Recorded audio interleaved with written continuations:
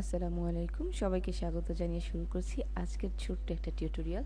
তো আজকের টিউটোরিয়াল আমরা দেখব এখানে যে একটা ছবি আছে এটাকে কিভাবে জাস্ট যতটুকু প্রয়োজন ততটুকু হোয়াইট করা যায়। তো আমরা বেসিক্যালি কী করি, এই ছবিগুলোকে হোয়াইট করার জন্য আমরা কার্ভস অপশনটা ব্যবহার করে থাকি। তো এখান থেকে কার্ভস অপশন ব্যবহার করা হয়, সেটা বাড়িয়ে বা কমিয়ে এটাকে হোয়াইট করা হয়।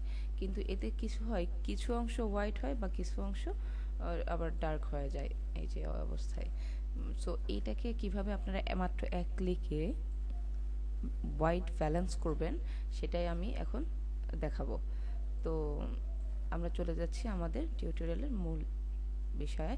আপনারা দেখতে পাচ্ছেন স্ক্রিনে আমি একটা ছবি রেখেছি। এটাকে আমি ফার্স্ট অফ অল যেটা করব, কপি করব। তো কন্ট্রোল জে দিয়ে কপি করছি, আপনারা চাইলে ড্র্যাগ করেও কপি করতে পারেন। কপি করার পর এখানে ব্লেন্ডিং অপশান থেকে আপনি স্ক্রিন অপশানটি সিলেক্ট করবেন। এখন অবশ্যই দেখতে পাচ্ছেন যে হোয়াইট, আমার ছবিটা কিছুটা হোয়াইট হয়ে গেছে। আমি জাস্ট আই অফ করে দিলেই কম্প্যারিজনটা করতে পারবেন।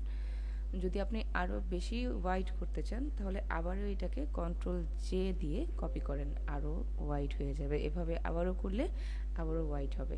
আসলে এটা প্রয়োজন নেই, আমাদের একবার কন্ট্রোল জে প্রেস করলেও সুন্দর হয়, না করলেও ছবিটা পারফেক্ট আছে। সো দেখতেই পাচ্ছেন কীভাবে মাত্র একটা ক্লিকে আপনি আপনার ছবিটাকে সুন্দর করে হোয়াইটেনিংতে অ্যাডজাস্ট করতে পারেন। থ্যাংক ইউ সবাইকে।